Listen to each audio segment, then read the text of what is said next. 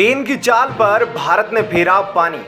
पूरी तरह चीन के जाल में फंसे नेपाल को फिर बचाया भारत ने। तिब्बत के राष्ट्रपति का बयान सुन चीन के निकला कान में से खून। जी हां दोस्तों, जियोपॉलिटिक्स के इस लड़ाई में भारत ने एक बार फिर चीन को मात दे दी है और चीन की जो नीति थी भारत के पड़ोसी देशों को घेर कर उनके कंधे पर रखकर भारत पर बंदूक चलाने की वह कोशिश भी भारत ने नाकाम कर दी है। तो वहीं दोस्तों दूसरी ओर स्वतंत्र तिब्बत के राष्ट्रपति ने भारत के समर्थन में ऐसे गुणगान किए चीन के तो आंखों में से खून आ गया। तो वहीं चीन के राष्ट्रपति शी जिनपिंग तो कुछ बोल भी नहीं पाए हैं। दोस्तों भारत के पड़ोसी देश नेपाल में चीन ने अपनी चहलकदमी बहुत तेज कर दी है। नेपाल के अंदर भारत और अमेरिका के बढ़ते प्रभाव से घबराए चीन ने एक के बाद एक अपने नेताओं की झड़ी लगा दी है। यही नहीं, चीनी सेना के तिब्बत के कमांडर भी इन दिनों नेपाल के दौरे पर है। नेपाल और चीन की सेनाएं अब साल 2019 के बाद पहली बार संयुक्त अभ्यास करने जा रही है। अब दोस्तों इस बात से आप अंदाजा लगा सकते हैं कि राजनीतिक नेताओं से लेकर सैन्य लीडर तक चीन ने सभी को नेपाल में भेज दिया है। बेशक से चीनी सेना के कमांडर नेपाल दौरे पर संयुक्त अभ्यास करने के इरादे से आए हैं, लेकिन हम सबको पता है कि अक्सर चीन क्यों नेपाल में अपने नेताओं को भेजता है। अब दोस्तों चीन की इस चाल से निपटने के लिए भारत ने भी अपना ब्रह्मास्त्र चला दिया है। चीन की वैश्विक मोर्चों पर जोरदार धुलाई करने वाले भारत के विदेश मंत्री एस जयशंकर अब G20 की बैठक के बाद काठमांडू के दौरे पर जा रहे हैं। यही नहीं दोस्तों, 2 साल के बाद अब एक बार फिर से भारत और नेपाल के बीच संयुक्त आयोग की बैठक होने पर सहमति बन गई है। नेपाल के अखबार काठमांडू पोस्ट की रिपोर्ट के मुताबिक यह बैठक अक्टूबर महीने में होगी। इसके लिए भारत और नेपाल के बीच तैयारी शुरू की गई है। इससे पहले यह बैठक साल 2021 में भारत में हुई थी। अब इसको नेपाल में आयोजित किया जाएगा। डेट फाइनल होने के बाद नेपाल के विदेश मंत्री इसका न्योता भारत के विदेश मंत्री को भेज देंगे। दोस्तों मैं आपको बता दूं कि नेपाल भारत संयुक्त आयोग एक शीर्ष निकाय है जिसकी स्थापना साल 1991 में की गई थी। इस बैठक में भारत और नेपाल के बीच पूरे द्विपक्षीय रिश्तों पर बातचीत होती है। नेपाल सरकार ने बताया कि भारत ने उन्हें सूचना दी है कि विदेश मंत्री एस जयशंकर G20 बैठक के बाद काठमांडू के दौरे पर जाएंगे। इन बैठकों से पहले अब दोनों देश विभिन्न समितियों की बैठक करने जा रहे हैं जो ऊर्जा, जल संसाधन, सीमा सुरक्षा और बिजली व्यापार पर है। नेपाल के विदेश मंत्री NP सोद ने बताया कि आयोग की बैठक के लिए भारत के साथ तारीख तय करने पर बातचीत जारी है। उन्होंने कहा इस बैठक में दोनों देशों के बीच संबंधों की पूरी समीक्षा होगी। दोस्तों इससे पहले नेपाल के प्रधानमंत्री पुष्प कमल दहल प्रचंड 31 मई से 2 जून के बीच भारत के दौरे पर आए थे। मैं आपको बता दूं, भारत के लिए घबराने वाली बात यह है कि कोरोना काल के बाद अचानक से चीन के नेताओं ने नेपाल का दौरा काफी बढ़ा दिया है। चीन की सत्तारूढ़ कम्युनिस्ट पार्टी के साथ कई मंत्री भी पिछले कुछ दिनों में नेपाल के दौरे पर आ चुके हैं। चीन अपने BRI प्रोग्राम को नेपाल के अंदर शुरू करना चाहता है। वहीं अमेरिका भी लगातार अपने मंत्री नेपाल भेज रहा है। चीन के विरोध के बाद भी नेपाल में अमेरिका का MCC प्रोग्राम शुरू होने जा रहा है।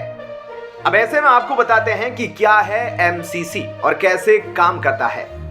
मिलेनियम चैलेंज कॉरपोरेशन यानी MCC अमेरिका की एक इनोवेटिव और स्वतंत्र विदेशी सहायता एजेंसी है जो विकासशील देशों को आर्थिक सहायता देकर उन्हें गरीबी से लड़ने में मदद करती है।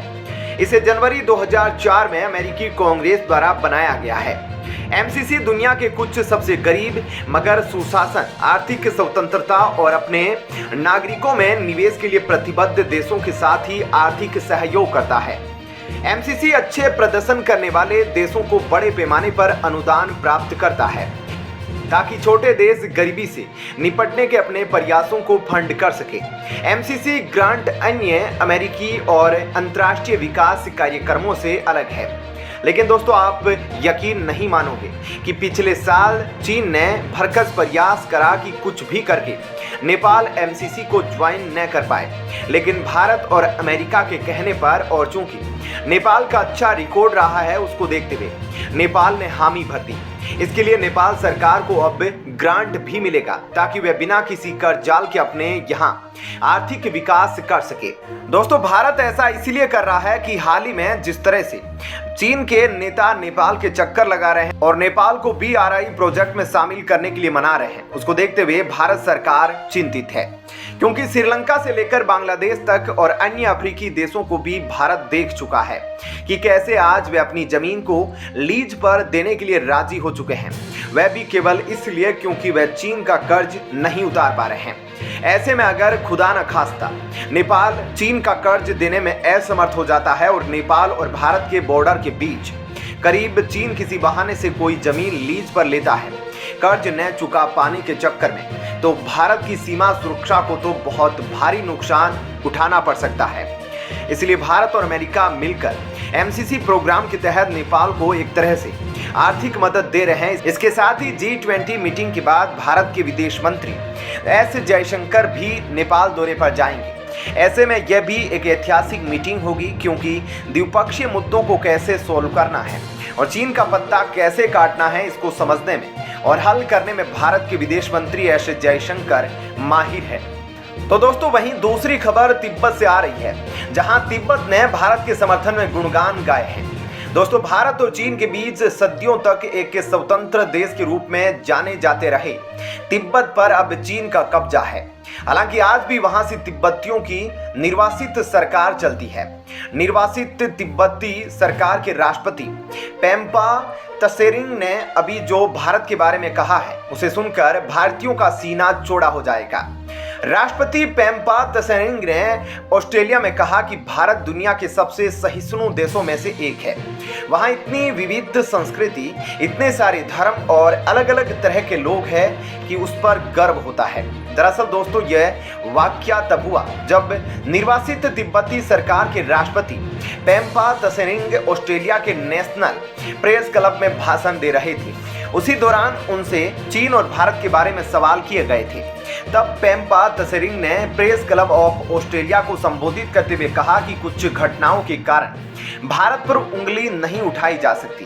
भारत में मुस्लिमों पर अत्याचार के सवाल पर तिब्बती राष्ट्रपति ने कहा, भारत के बाहर के लोगों में भारत की स्थिति के बारे में ढंग से समझ नहीं है। मेरा जन्म भारत में हुआ है, तो मुझे वहाँ के हाल पता है।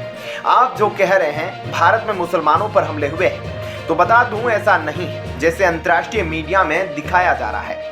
इतना ही नहीं, उन्होंने आगे कहा कि अंतर्राष्ट्रीय मीडिया में भारत के प्रधानमंत्री मोदी की दमनकारी नीतियों के बारे में बहुत कुछ दिखाया जा रहा है। किसी भी घटना के लिए मोदी सरकार को दोषी ठहराया जाता है।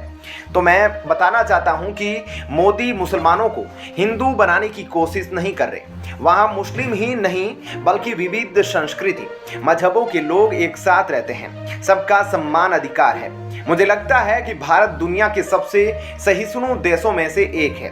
अब दोस्तों, निर्वासित तिब्बती सरकार के राष्ट्रपति के मुंह से भारत की यह तारीफ सुन चीन को मिर्ची तो खूब लगी है, लेकिन वह किसी को दिखाना नहीं चाहता, क्योंकि चीन तो खुद कई बार मालदीव में भारत के दुश्मन संगठन को पैसा देकर भारत के खिलाफ एंटी इस्लामिक प्रोपेगेंडा फैलाता है, लेकिन हर बार असफल हो जाता है।